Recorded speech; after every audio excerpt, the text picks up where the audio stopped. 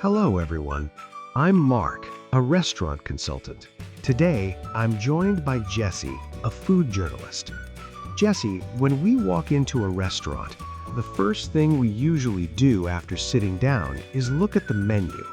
From a professional view, what do you look for first? Thanks, Mark. It's great to be here. For me, a good menu should be easy to read.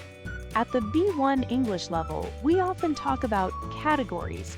I look for clear sections like appetizers, main courses, and desserts. If a menu is too crowded, it's a bad sign for the kitchen. I agree. In my consulting work, I tell owners that less is more. When you are ordering, do you find it helpful when the server explains the daily specials? Definitely. It shows the kitchen is using fresh, seasonal ingredients. But as a customer, I also need to know how to ask about ingredients. For example, does this dish contain nuts, or is there a vegetarian option? That is very important for a professional dining experience. Exactly. And from the restaurant side, the staff should be ready for those questions. That is what we call product knowledge. It's not just about eating, it's about the communication between the guest and the house. That aligns with what I see in the industry. A professional server doesn't just take an order, they make a recommendation based on what the guest likes. Let's look at how to actually place that order. Usually I say, I'll go with the grilled salmon, or could I have the steak medium rare, please? It's simple, but professional. Now that we have ordered, let's talk about the staff. In my consulting work, I always say that the food is only 50% of the experience. The other 50% is the service. Jessie, what is a professional server to you? That's a good question. For me, it starts with body language. A professional server stands straight and makes eye contact. They should look attentive, which means they are watching the table but not hovering too close. It's a balance. Exactly. We call that reading the table. A good server knows when you need a refill on your water without you asking. At the B1 level, we use the phrase checking in. A server should check in after the first few bites of the meal to ask, is everything to your liking? I love that phrase. But there is a difference between being friendly and being professional. For example, a professional server shouldn't sit at the table or touch the guests. They should keep a polite distance. That aligns with the industry standards I write about. Right. And if there is a problem, a professional stays calm to de-escalate the situation. They don't get angry, they offer a solution. In my industry, we say, the guest may not always be right, but they should always feel heard. That's a very professional way to look at it. It's about making the guest feel comfortable from the moment they sit down until they leave. Now we get to the best part. The food has arrived. In the consulting world, we say people eat with their eyes first. This is what we call presentation or plating. Jessie, as a journalist, how important is the look of the dish to you? It is incredibly important, Mark. In my industry, if a dish doesn't look good, it's hard to write a positive story about it. At the B1 level, we can describe it as appetizing or well presented. When the colors are bright and the food is arranged neatly, it shows the chef cares about the details. Exactly. From my experience in the field, a messy plate usually means a disorganized kitchen. But it's not just about looks. We have to talk about the aroma, the smell, and the texture. Right. For example, if I order a steak, I want the outside to be crispy, but the inside to be tender. If the texture is wrong, the whole experience changes. We often use the term flavor profile to describe how the salty, sweet, and sour tastes work together. That's a great term.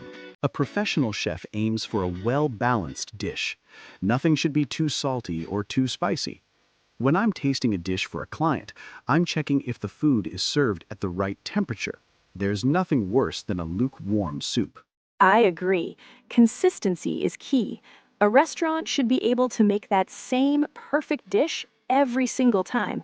That is the difference between a home cook and a professional kitchen. Well said. Now that we've enjoyed the meal, what happens if something isn't quite right? We'll discuss that in our next segment. Even in the best restaurants, things can go wrong. Maybe the soup is cold or the steak is overcooked. Jessie, many people feel nervous about complaining. From a professional journalist's perspective, how do you handle a mistake? That is a great point, Mark. At the B1 level, it's important to remember you can be firm but polite. I usually say, "Excuse me, I think there is a mistake with my order."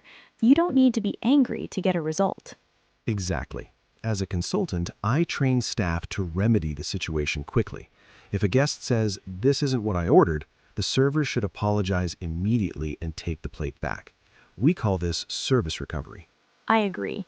A professional restaurant will often offer something complimentary, like a free drink or a dessert, to make up for the wait. How do you feel about sending food back to the kitchen? If the food is not safe or not what you asked for, you should definitely send it back. For example, if you asked for no onions because of an allergy and you see onions, you must tell them. It is better to wait 5 more minutes than to have a bad experience. That aligns with what we see in the industry. A good manager will come to the table to address the issue personally. It shows they care about their reputation. Precisely. It's all about communication. If you are polite, the staff will usually work harder to fix the problem for you. We are reaching the end of the meal. In the restaurant business, we call this the last impression. If the service was great, but the bill takes 20 minutes to arrive, the guest leaves unhappy. Jessie, how do you prefer to handle the end of a professional lunch? Timing is everything. At the B1 level, it is useful to know the phrase, "Could we have the bill, please?" Or "Check, please?" Personally, I like it when the server asks if we want to split the check or pay together. It saves a lot of time and avoids awkward moments. That's a great point. From a consultant's view, I always check if the service charge is already included. In many countries, the tip is extra, but in others, it is part of the total. It's important for travelers and professionals to understand local tipping etiquette. Exactly. And then there's the digital side. After I leave, I usually write a review, but I try to be constructive. Instead of just saying the food was bad, I explain why. For example, the chicken was a bit dry, but the service was excellent. That is so helpful for the restaurant. We value feedback. It's the only way a business can improve. In the industry, we often look at online reputation management. One fair review from a journalist like you can really help a local business grow. It's a circle. We support the restaurants, and they provide us with great experiences. It's about building a community. Well, it's time to wrap things up. Let's head to our final conclusion. Well, Jesse, we have covered everything from the first step into the restaurant to the final review. It has been a pleasure discussing the art of dining with you today. I've really enjoyed it, Mark. I think the most important takeaway for our listeners, especially those practicing their English, is that confidence is key. Whether you're ordering a meal or handling a mistake, being clear and polite will always lead to a better experience. I couldn't agree more. From my experience in the field, restaurants love guests who are engaged and appreciative.